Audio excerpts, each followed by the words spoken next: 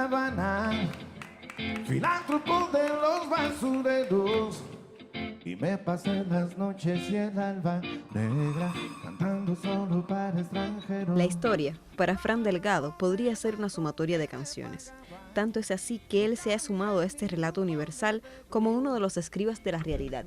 Y a través de su música hecha crónica, nos explica las particularidades de esta y la otra orilla. Hace las veces de adivino, pregonero y veterano.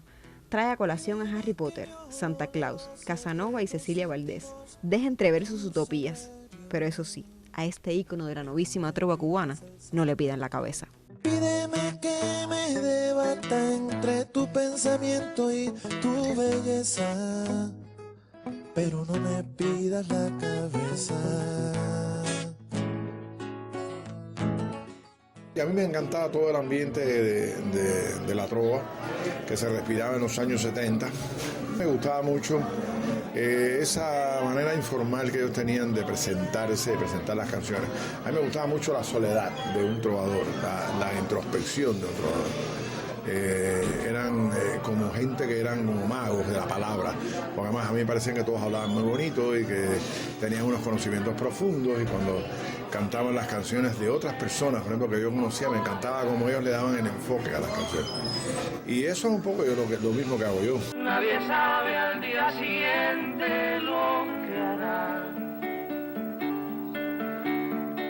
Cada trovador es reflejo de su época. A estos trovadores les tocó una época de cambios profundos y ellos lo reflejaron bien en sus canciones. Yo creo que cada tiempo refleja lo que está pasando, o sea, y Cuba, por ejemplo, está viviendo un momento difícil y eso se está reflejando en las canciones. Y Cuba vivió un periodo especial y eso se reflejó en las canciones. Y Cuba ha tenido escaseces, ha tenido bloqueos, ha tenido de todo y se ha reflejado todo eso en las canciones. El exilio es un camino difícil de contramarcha, penitente y arraigado. Para mí es muy difícil escribir, o sea, me cuesta mucho trabajo. Yo tengo que hacer demasiadas cosas extramusicales para poder trabajar. Pero, por ejemplo, en la pandemia, que yo estuve en un momento de recogimiento y de introspección, hice 17 canciones. Y escribí millones de crónicas y cosas, pero a mí las cosas que tengo que decir necesitan más espacio, necesitan más. Entonces yo me he vuelto un poco más escritor. Quiero escribir un libro de la trova, no sé si lo escriba algún día, pero quiero escribir un libro sobre la historia de mi generación, desde mi punto de vista, ¿no?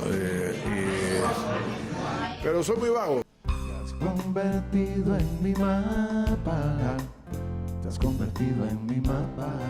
Te hago una genuflexión con sombrero hippie japa. Por cualquier cosa no te ponían en la radio, una canción tan ingenua como Se va la luz mi negra, no la ponían en la radio, o sea, una canción tan ingenua como Embajadora del Sexo, que ahora me parece una canción tonta, se lo voy a poner en ese. De hecho, cuando Larga el Brazo no la ponían porque decía y que usen tus retratos y van a predicar lo que no son, y la gente aplaudía en la grabación. Entonces, o sea, a mí la censura siempre me tocó, o sea, a mí no me importaba. O sea, incluso tiene hasta cierto encanto de ser censurado, ¿no? Yo lo que pasa es que no yo no me victimicé por la censura, ¿no? Yo creo que era una cosa que venía con lo que yo estaba haciendo. Y me parecía natural de que si uno decía lo que uno pensaba, sin afeites, había alguien que no le iba a gustar lo que tú hacías. Esas canciones caminaron por otros soportes, o sea, la gente las escuchaba. Y a tanto tiempo, pero tanta gente joven, que ni siquiera había nacido, a lo mejor en el año 95, cuando yo hice esas canciones, o en el año, o sea, cuando grabé esas canciones eran muy niños, y ahora cantan esas canciones. Eso a mí me encanta, o sea, cuando veo gente que tiene ahora 30 años y que que conocieron esas canciones de niños, de porque su padre las oía, que se goza, y ahora vienen aquí y las cantan, ¿no? Eso a mí me parece, eso es un delay histórico, digo siempre yo, ¿no? Cuando se vaya la luz mi negra, nos vamos a desnudar.